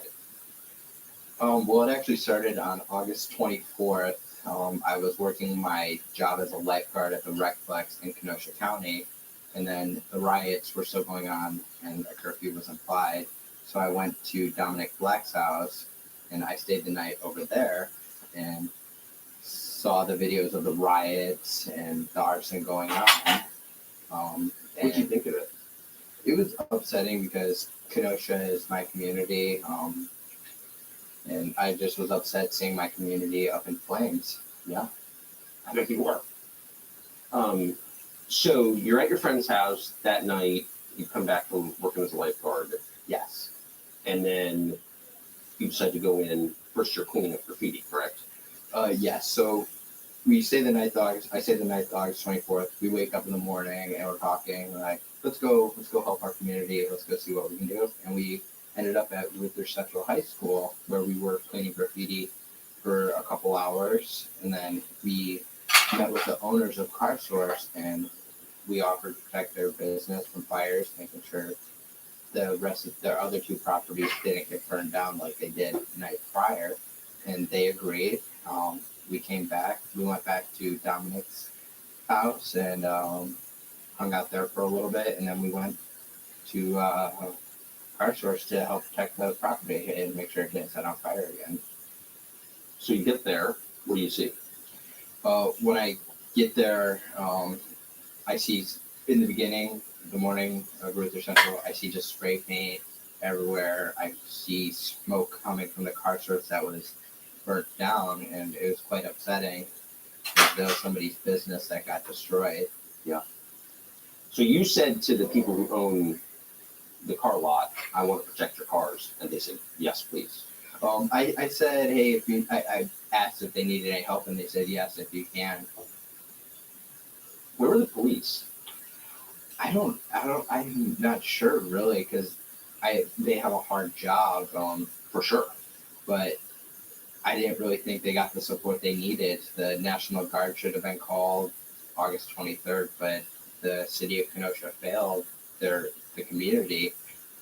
The governor, Tony Evers, failed the community, and there should have been a lot more resources to help with that. So you've been criticized for carrying a firearm into the scene, but it's obvious from the tape that a lot of people, you're not the only one with a firearm. There are rioters with firearms. Was that obvious to you? Yes. So you saw other people with guns? I did. There was a lot of people on both, like there were rioters with firearms. I remember one very distinctly, Joshua Zeminski was walking around with a pistol in his hand all that night with Joseph Rosenbaum. Where did you first see Rosenbaum? The first time I saw Rosenbaum was the first time he threatened to kill me. It was at the corner of the Car Source lot that I was at primarily that night, and I was asking people if they needed medical, and he came up to me and Ryan Falch, and he said, if I catch any of you MFers alone, I'm going to kill you. Had you ever seen him before? I had not. So you've never seen this guy, he walks up and threatens to kill you out of nowhere? Yes. It was quite shocking. I was like, why would somebody threaten to kill me? I'm just asking if people need help on both sides. I was there just to help anybody that needed it. And shockingly, the only people I helped that night were rioters. What kind of sense did you get from Rosenbaum? I mean, that sounds strange. When he threatened to kill me, I was like, what the heck just happened? Nobody's ever threatened to kill me up until that point. And I was like, that's not something you say to somebody. How long after that was it that he tried to grab your rifle? It was about an hour and a half later, and then there was actually a second time he said to the group, he said, this is the second time he threatened to kill everybody. He said, I'm gonna effing kill you. I'm gonna cut your hearts out, you effing N-words. Cut your hearts out? Yes. Did any of the rioters try and calm him down or stop him? What I noticed is the rioters were trying to, like, they were, like, disassociating with him because he was, like, spewing the N-word around, and they just didn't seem to want to have anything to deal with him. Yeah. So he comes, he tries to grab your rifle, he gets shot. You decide at that point, listen, misremembering, you want to go turn yourself to the police. Yes. After I shoot Mr. Rosenbaum, he tried to grab my gun. I was running away. There was a gunshot behind me. After I shoot him, I run around the car because I was going to go render first aid to him. I wasn't able to because then there was a mob forming and calling for my execution to get him and kill him. And that's when I tried to run to the police line and get to the police. And then I am attacked again.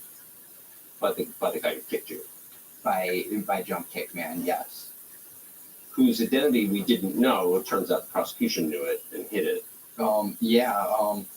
So we found out November 7th, the prosecution, we went into the judge's chambers and the prosecution said, we identified Jump Kick Man, and the prosecution threw a fit a little bit.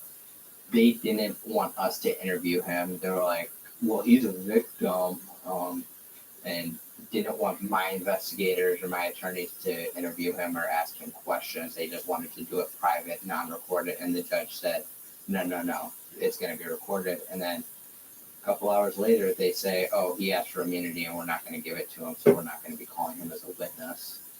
Yeah, probably didn't want to talk about his criminal record. Yeah. So you're running, trying to get to the police lines. You see the mob coming after you. Let's execute him, they're saying. And then out of nowhere, you get dropped to the ground by the guy who kicks you in the head. Did you see him coming? I did. To backtrack a little bit, actually, as I'm running, Gage Grosskreutz came up to me with his phone and put it in my face, and he said, what are you doing? Did you just shoot that man? And I told him, I'm going to the police. And he said, oh, okay, and ran off, and I kept running to get to the police. And that's when Anthony Huber strikes me with the skateboard as I'm running before I'm on the ground for the first time. And then I'm hit with a rock by somebody in a white tank top. And that's how I end up on the ground. And I have 4 people around me from what I remember.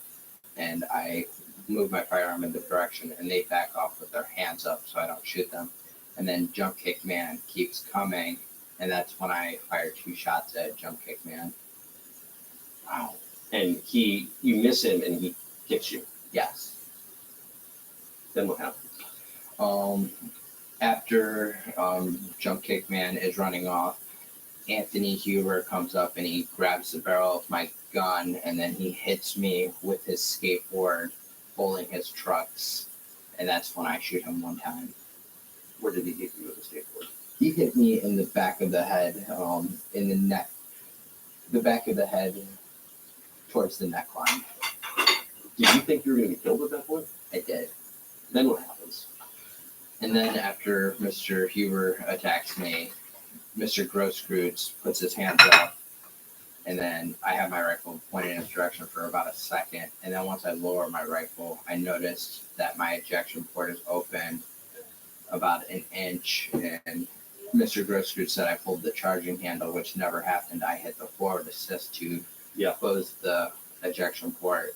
And he sees me doing that or something. And this time he runs at me and he has his gun pointed directly at my head. Did you see the gun? I did. What, do you think he was going to shoot you? I did. He had it pointed directly at my head, and that's when I shoot him 1 time. And he is no longer a threat to me at that point because he ran off after I fired that shot. Did you realize you hit him? I didn't know until later. So then what happened? There is a person directly in front of me, and I point my rifle in their direction, and he puts his hands up, and he's backing up, and I then turn around, start going to the police, and then I hear shots behind me, and I turn around and briefly raise my rifle to see if I'm being shot at, and then I realize I can't see who's shooting at me, so then I turn around and go back to the police car, towards the police line. It's just hearing this, it's just hard to believe this is happening in an American city. Yeah. So then you finally get up, you hear shots, you turn to see who's shooting at you, and then you finally make it to the police line. Yes. Once I make it to the police cruiser, the police officer says, "Get back, get back, get back." One of them has a gun out, and the other has pepper spray pointed at me. And I say, "Hey, I just had to shoot somebody. I just had to shoot somebody." And then they say, "Go home." And I didn't know this until go home. Yeah. The officer said to go home. I don't think he knew what happened or heard me. There's a lot of chaos going on. Yes. But apparently he pepper sprayed me. You can see it in the video, but I don't remember being pepper sprayed by him. So then what happened? I say, okay, I go back to the car source, lot number 2. We've been referring to them. Car source 1 is the one that got burnt down. Car source 2 is the one that I was at primarily the entire night. And car source 3 is the one where I was attacked by Mr. Rosenbaum. I go back to car source lot number 2, and I tell everybody there what happened. I said I had to do it. I was just attacked. I was dizzy. I was vomiting. I couldn't breathe. And I was like, I wanted to turn myself in Kenosha. I wanted to turn myself into the police in Kenosha, but I wasn't able to because they weren't accepting visitors, apparently, with the barricades and the fence up. So we ended up turning myself into the Antioch Police Department. So you drove back across state lines, is what I was calling it. You couldn't even turn yourself in. No, it was like I had to go to Antioch Police Department, which, to my understanding, is the closest police department to Kenosha. Why do you think people were burning car source? What does that have to do with civil rights? I don't know. I think it was opportunists taking advantage of the BLM movement. I agree with the BLM movement. I agree everybody has the right to protest and assemble, but I do not agree that people have the right to burn down. I don't appreciate that people are burning down American cities to try to spread their message. I think there's other ways to go around and do that. I do that completely. So you turn yourself into what do you think is going to happen at that point to you? I didn't know. I was in shock. My head was spinning from being hit in the head multiple times. I had some minor injuries. I just didn't know. I didn't know I was going to be arrested for defending myself because everything was on video. But part of the reason I think I was arrested is because of the mob mentality. And they were like, yeah, we're just going to arrest him, even though there were videos already out showing me being attacked and having to defend myself. So when was it that you were arrested? I was arrested on August 25th at around 6 a.m. I was formally arrested without a criminal complaint being drafted. They didn't know what they were charging me with yet. They just arrested me at home at Antioch Police Department. What did your parents say when you called them and told them what happened? I didn't call my mom after I saw her, and she was in shock. She was like, she wanted to go into hiding, and I said, no, the right thing to do would be to turn myself in. I didn't do anything wrong. So you knew that from the very beginning? I knew that. A lot of people are like, oh, Kyle had time to meet with his attorneys to come up with this amazing defense of self-defense. No, that's not the case. It's been 100% self-defense from the beginning, and I didn't know there was 100 cameras. But I did know I was attacked, and I defended myself. What do you think would have happened to you if there hadn't been the amount of video that there is? I can't even imagine. I don't think we'd be sitting here right now having this talk, Tucker. That's for sure. You'd never get out. Rittenhouse knows perfectly well the only reason he's free is because he can prove what actually happened thanks to those videos. But it didn't prevent him from going to jail anyway. He did for a longer period than most people understand. During that time, he picked up a couple attorneys who said they would help him. In his view, they badly abused him and his family and their trust. I'll tell you a lot about that in just a minute, and about the prosecutor. Also, a programming note, we had cameras behind the scenes throughout much of this case. Our Tucker Carlson original documentary called The Trial of Kyle premieres in December. Hey, Sean Hannity here. Hey, click here to subscribe to Fox News YouTube page and catch our hottest interviews and most compelling analysis. You will not get it anywhere else.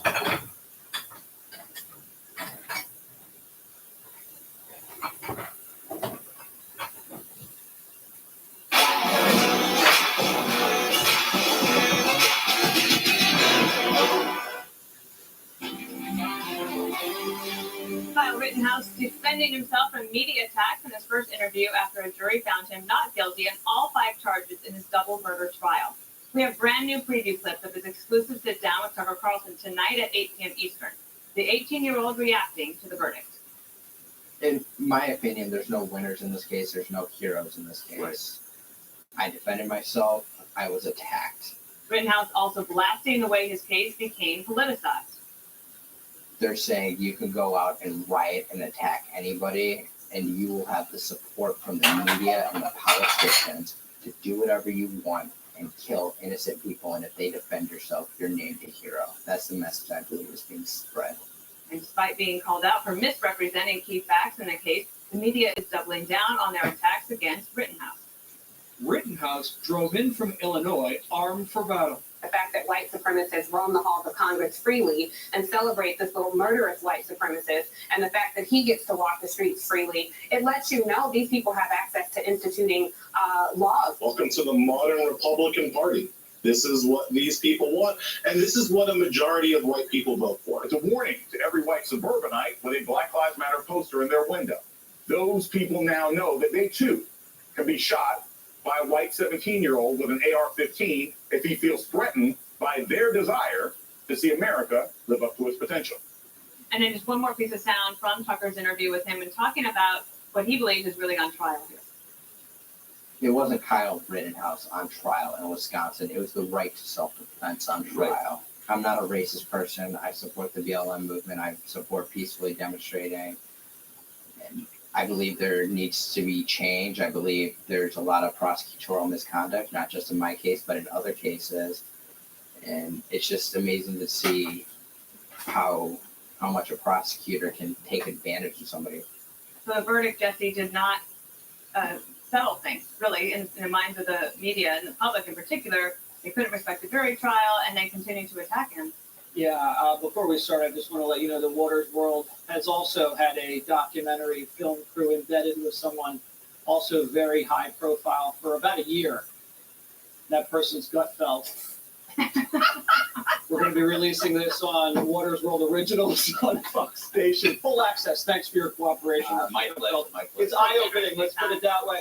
So when you watch Rittenhouse on Tucker, you don't see the way the media has characterized him. You see a guy who looks pretty measured, open-minded, thoughtful person. And when you look at him testify too, what do you see? See someone who's scared for his life, crying real tears, and obviously someone who was there in Kenosha that night to help, not to harm. But the media makes him look like some vigilante who's out on some racist killing spree, just using his white tears in order to literally beat a murder out. So why do we have this? So it's because they do character assassination and psychological warfare. This kid, 17, turned his whole phone over to the prosecution. Now, a phone is really a window into someone's personality. At 17, the prosecution didn't bring up a meme, a group text, an account that he was following. There was nothing to make this kid look racially motivated at all. Yet the media, knowing this, still continued to slander him as a white supremacist. That's malicious and reckless, obviously. And then it's the drumbeat of lies. This guy crossed state lines with an illegal assault rifle to, vigilante justice. These are debunked lies. So that's basically a disinformation campaign on the American people. They're laying siege to the American people's brain. And that's the most toxic thing you can do to a population. And so the American people now know this. and they're basically going through a detox of mainstream media. They're cleansing. They're taking CNN out of their diet. They're taking MSNBC out of their diet. Now, when they're presented with a fact from a reputable source, they don't trust that. They're suspicious of these facts. They've broken up with them. We're on our own. We're single now. We're going to do our own journalism. We're going to look online, and we're going to find the facts for ourselves. And that is a huge shift in the way this country is going. And that's why the legacy media is so scared, because they can see their power falling away, and they've become so desperate in trying to hold it on. And that's how you see the lies keep piling up. Good. You know, I think that when you watch Kyle Rittenhouse, you see a young boy who's turned into a man after a course of events that would change any of us. He, in talking about prosecutorial misconduct, but at the same time talking about the right to self-defense and articulating it so well from what I've seen so far, and testifying brilliantly, better than probably any witness I've seen in 30 years. We realize that this kid in the future may have a lot to offer in terms of society, as long as he uses his life in a way that he is, shown us he would, as a police explorer and a fire cadet and someone who's a lifeguard and someone who wanted to be a medic. I think he's a giving kid. I think that what's not giving is the media. The media will never forgive this young man. They will never allow him to live the life that he wants to lead. He will never be safe. There are people who believe that he's a white supremacist, that we are all white supremacists, that the jurors, I'm sure, are all white supremacists, the judge and every one of us are white supremacists. And I feel badly for him because I think he's not going to be able to live a normal life in that regard. But having said all that, the law, the facts, the evidence were clear. This is a classic case of self-defense. And what's better than anything I've seen is the video.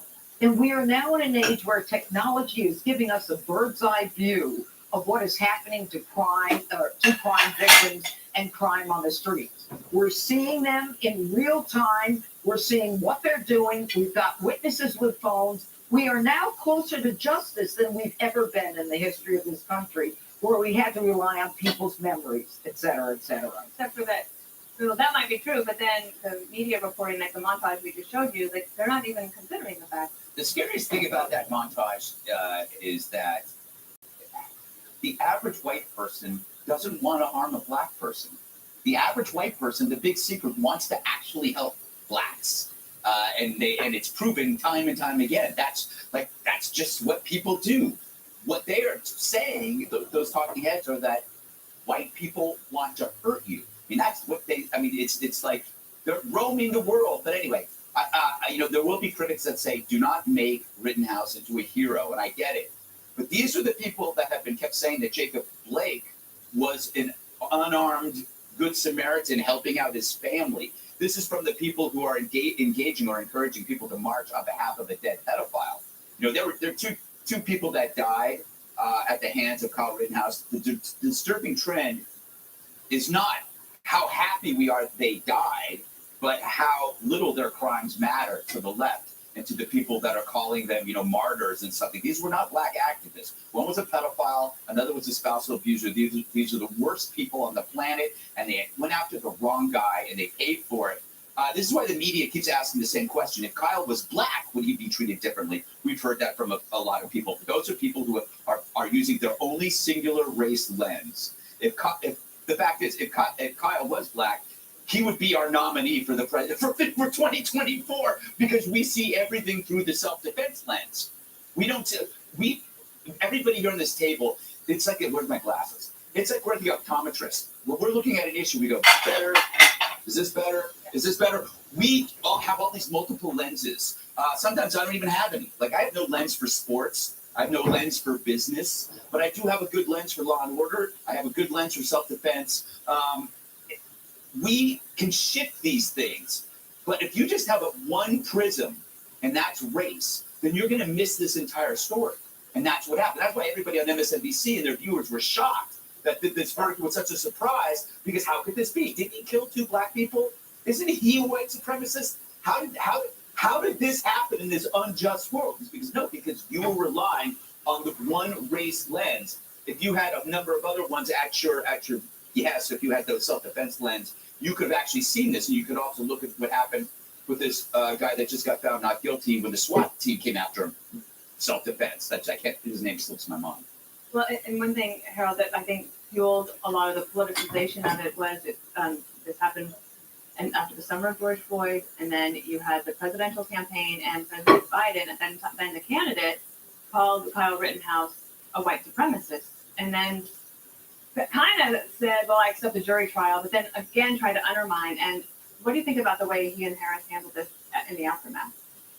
Well, first off, I want this young man to be able to reset his life and regain the grip on life. And I agree with the judge. I heard him today say that he supports Black Lives Matter, that there's a lot of complexity and a lot of dimensions to him that we don't know about. And I hope that to the extent he wants us to learn about that, I hope we're able to. Two, I listened to both the president and the vice president. They're both lawyers, both in tried cases. They said it the way they wanted to say it, and they both accepted the verdict. They had some commentary, and I wasn't surprised by that. What I'm most sort of taken aback by as I think about this going forward, and I think about my own life, and I think about going into a grocery store or a restaurant and someone coming in perhaps with a grievance with a server or a clerk or manager or someone in one of those places. And they might have a weapon. They might be going after that person. I might be with my son or my daughter, and I may try to restrain him or her or ask him to please stop. And if the way we've interpreted some of these self-defense laws, and this Arbery case is really going to be interesting to me, the outcome of that, perhaps more so than the Rittenhouse case. It seems like there's the elements there in the self-defense issue, and Trev, you'd be far more informed to analyze this. But if you come in a grocery store restaurant and you're with your family and you try to restrain someone and they shoot you, and they are charged, and they say in court, I was defending myself because Jesse was coming after me, Harold was coming after me. I was just trying to restrain him. I hope legislatures, who I don't think contemplated that kind of self-defense, really think about some of these things as we think about perhaps refining some of these laws going forward. But I wish this kid the best, and he's in my prayers. Did you want to have one last quick thing? This kind of thing that you just described is something that courts have dealt with for years, that I've dealt with for years. That you reasonably afraid that person, and therefore you can defend yourself. I mean, He may think I'm coming after him and may shoot me. Right. It depends. I mean, it's That's why you have the jury man trial. or woman. Okay, all right. I'm All done. right, we'll move on. Up next, shocking new details in this holiday parade tragedy. Why bail reform could be to blame. We'll be right back. Hey, Sean Hannity here. Hey, click here to subscribe to Fox News YouTube page and catch our hottest interviews and most compelling analysis. You will not get it anywhere else.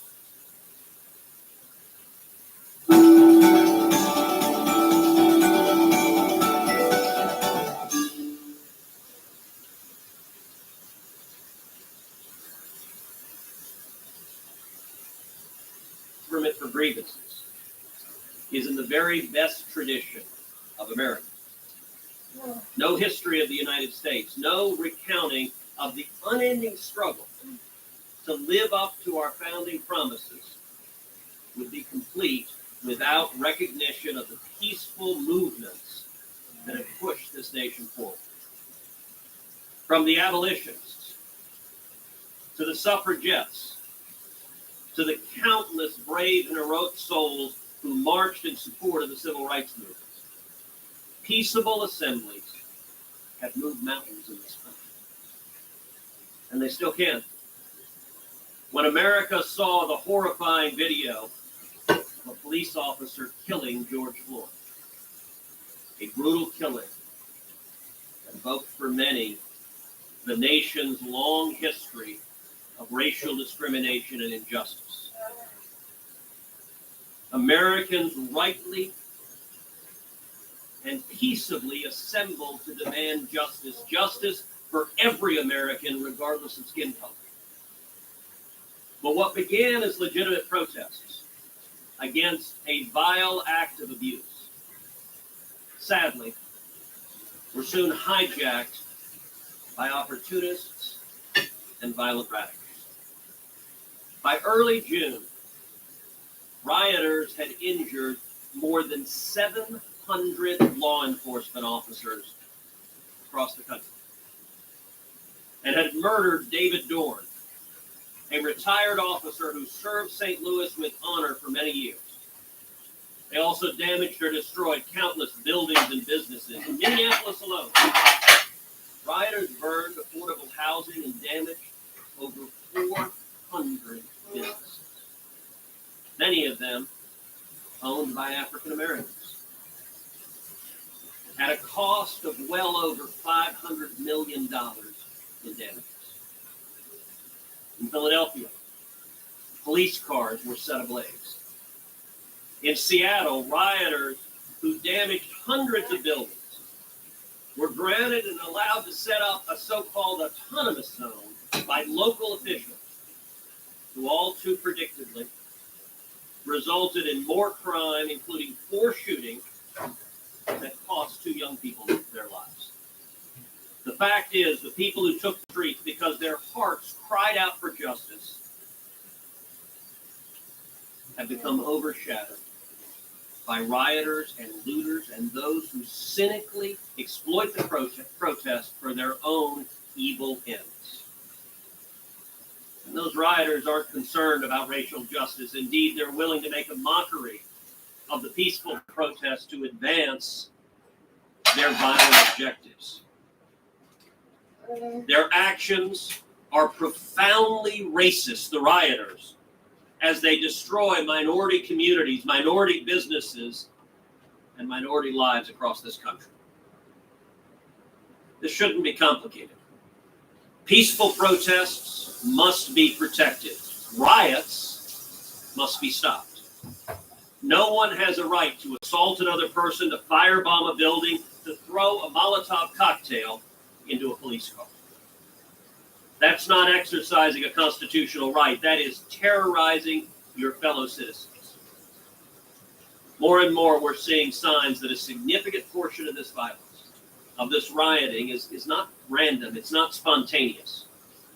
Rather, it is coordinated and inspired by leftist, anarchist groups like Antifa, that will, without shame, exploit a national tragedy to attack American buildings, American homes, American lives.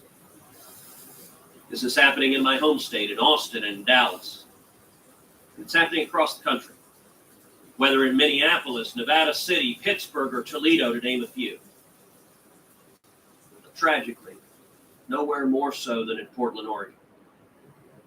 In Portland, Antifa and other radicals have thrown metal pipes at DHS officers and used commercial-grade lasers to try to blind them, perhaps permanently. They launched mortar-style attacks with commercial-grade fireworks. They firebombed a federal courthouse. This is not peaceful protest. This violence speaks for itself. But for good... 10:30.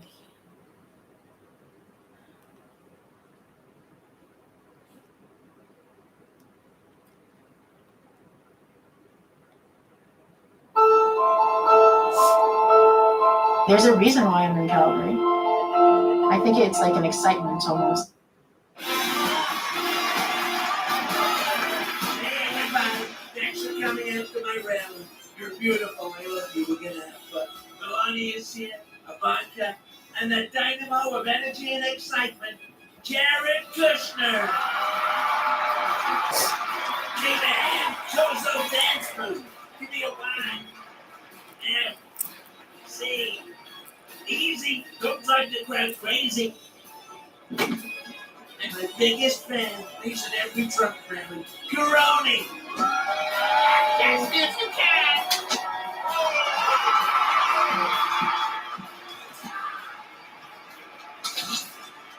Vote for me. I'm the funnest president since Lincoln.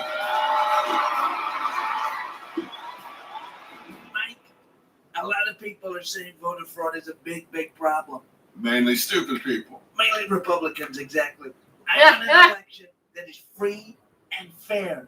So I'm going to personally check all the mail-in ballots. And destroy the fraudulent ones? Yes, the fraudulent ones that voted for Democrats. That's definitely one of your best and only ideas. But the post office will never let us tamper with the mail. Not a problem. I just appointed a new Postmaster General. Send in a kid. Jared, put it there. Great to see you, Jared. So, Mr. Postmaster, you mind if I borrow your keys? He didn't say no. And even if he did, that's also a yes. Okay, let's go steal some mail. Well, what if someone sees us? Don't worry. I bought some Halloween masks as a disguise. Any crooked ballots? None yet, but we've only checked the first 20 million. Aha! Found something? Voter fraud? No, a birthday card some old bat sent to her 6-year-old grandson. $20. Paid her. Here's an anomaly, sir. The signature on this ballot doesn't match the printed name. Out of my way. Let me see that. That fish hooky symbol doesn't match the flaggy looking thing. That's a letter J and the letter P. So they're using letters to represent words? Must be a secret code. It's English. Send this to the Yeah, FBI crime lab and find out who mailed it. No one steals an election from me, you got that? I'm president. I do the stealing. My fellow Americans, it is my sad duty to report some very disturbing voter fraud. This ballot was illegally cast by a foreigner seeking to interfere in our elections. The FBI has obtained security videotape of this foreign individual, which I will now play. Whatever you say, Mr. Trump. I think that's the wrong video, Mr. President. Don't stop it. This is the good part. Now what do we watch, Genius? Actually, we caught the foreigner in question last night in California. Bring him in! Prince Harry, you're the illegal foreign voter? I just wanted to be part of the process. I feel so grateful to live in America, where everyone gets to vote, instead of being lorded over by a wank like my brother. They do vote in England, too. Really? I'm gobsmacked. I guess I missed that at school. Hey, according to this, he voted for you, Donald. Why? Your name was first on the list. I thought that's how it worked. We can't throw out that ballot, sir. We need every vote. No problem. Harry, I hereby declare you a U.S. citizen. If you can answer this one simple question, how many states are there in the Union? 50. Wrong. Damn it. Jared, send this loser back home. To England? No, California. I want you to suffer. Oh, no.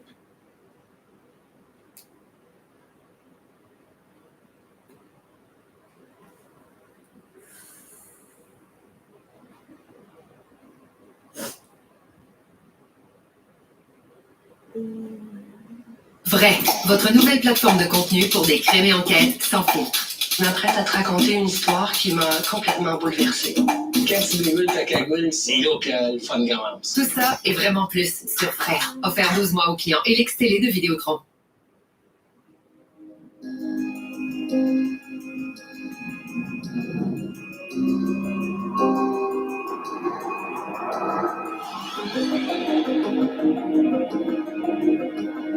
Welcome to the new era of mobility that will change our lives.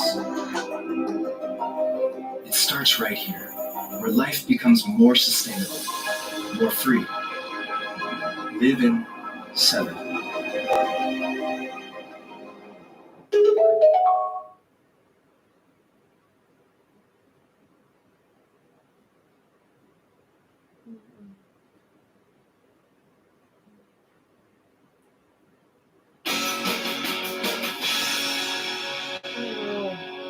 Our main story this week is Scotland.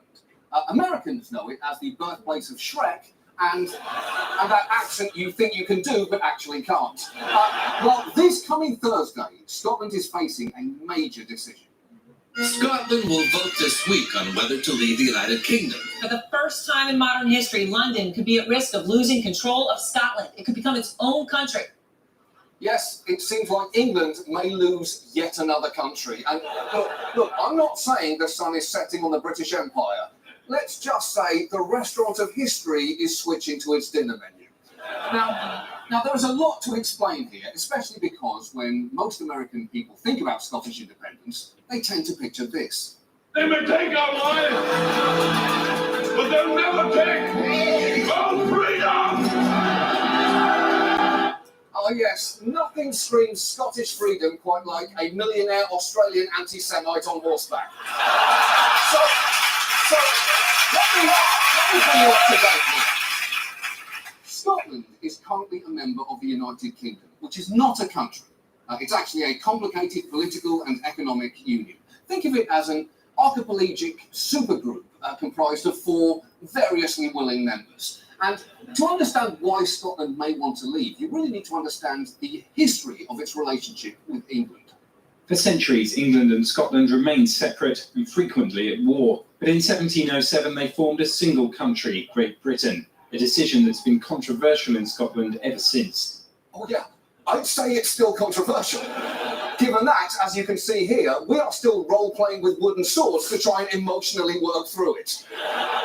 So Scotland and England have been involved in something of a 300-year arranged marriage. And look, I will be the first one to acknowledge England has been a little bit of a dick since the honeymoon. In 1746, we actually banned the kilt just because we knew they liked it. And then we chose God Save the King as the UK's national anthem, a song which at one point had a verse referencing rebellious Scots to crush. Although to be fair, we later realised that was wrong and replaced it with a line about pissing on the Welsh. But 2.5 years ago, it was announced that Scotland would finally get to vote on its independence. And since then, there has been a spirited campaign. There are 2 campaigns, Yes Scotland, backed by the SNP and the Scottish Greens, and Better Together. Okay, for a start, Better Together is not a great name for a campaign. It sounds like what people say to convince themselves to stay in a dead marriage. Look, I'm not saying we're good together, Marion, I'm saying we're better together. Tax-wise, it's preferable to